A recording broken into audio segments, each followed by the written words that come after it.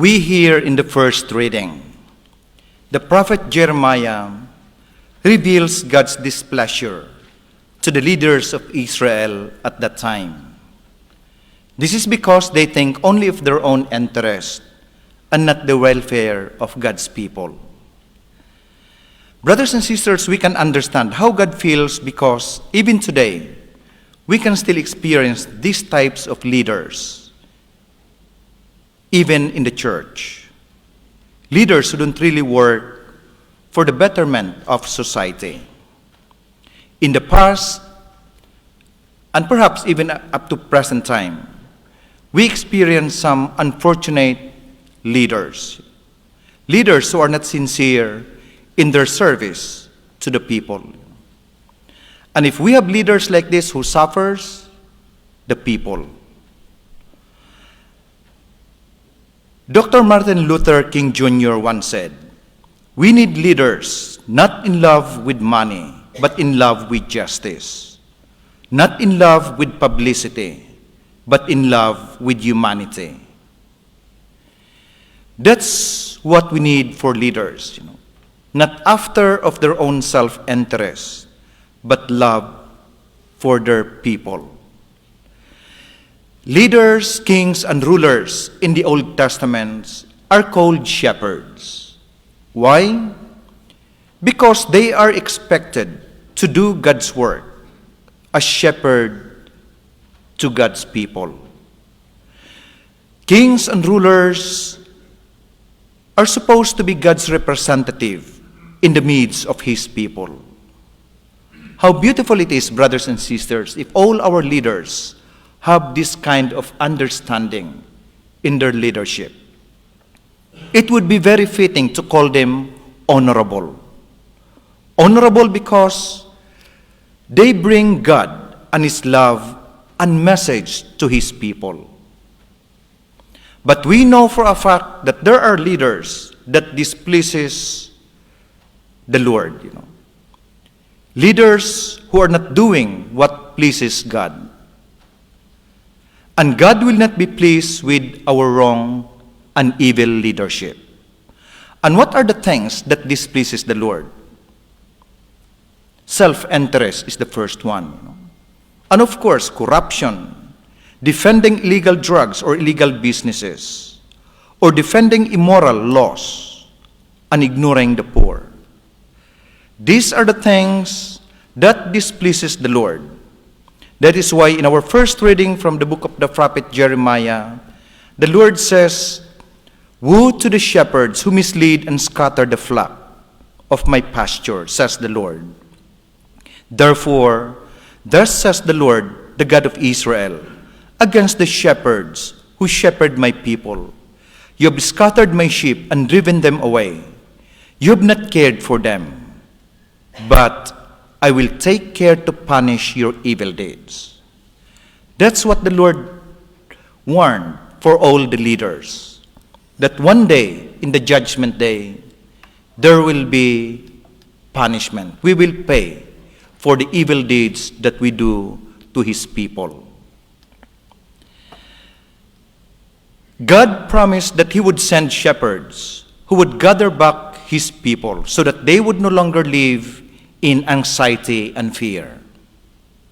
Our gospel shows the fulfillment of God's promise. Jesus, the Good Shepherd, and His disciples gave their lives to nurture God's people by teaching, casting out demons, and healing the sick. We understand from the gospel that this new group of shepherds that Jesus created were so faithful in their work that they even forgot to rest and to eat. Because of this, Jesus invited them to find a lonely place to rest for a while. This gospel should inspire leaders in government, in the church, or the family who are faithful in their service. Jesus will see your efforts and prepare a place for you where you can rest with Him. You may not find that rest while on this earth, but surely when you face Him at the gate of heaven, He will surely give you that rest that the world cannot give you.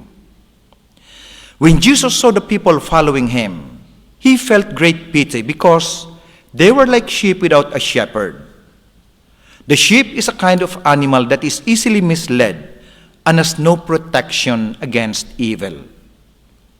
Without a shepherd, a sheep will have a hard time surviving.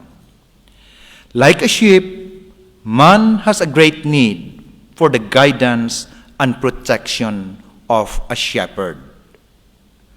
So this fact, brothers and sisters, remind us of two great truths. First, we must not separate ourselves from Jesus as our good shepherd. Be in contact with Jesus always. Pray. Receive the sacraments as often as you can to strengthen the grace that you need in order to stay away from evil and temptation. Our psalm today encourages us to have faith in it. It says, "The Lord is my shepherd, there is nothing I shall want." The closer we are to the shepherd, the safer we are from the wolves. And second, let us also remember that as baptized, we are commissioned by Jesus to be one another's shepherds. It is a great mistake to think that the shepherds of the church are only the clergy and the religious. In fact, every Christian is a shepherd. The priest is a shepherd to his parishioners, the teacher to his students, the mayor to his citizens, the manager to his workers, the parent to his children, a child to his siblings. As shepherds, we are expected by God to always look out for the good of our fellow man. Last Sunday's gospel is a story of challenge and hard work. Jesus sends the 12 on their first missionary journey. He commissions them to preach, to do all the works he does. It is important to note that he sends them to do all this supported by their faith in God. Today's gospel carries the logical conclusion of the story of Jesus welcoming back his tired apostles. Knowing that the 12 are physically exhausted and in need of refreshment, he shows refreshment. He shows compassion by offering them rest. He is really a good shepherd.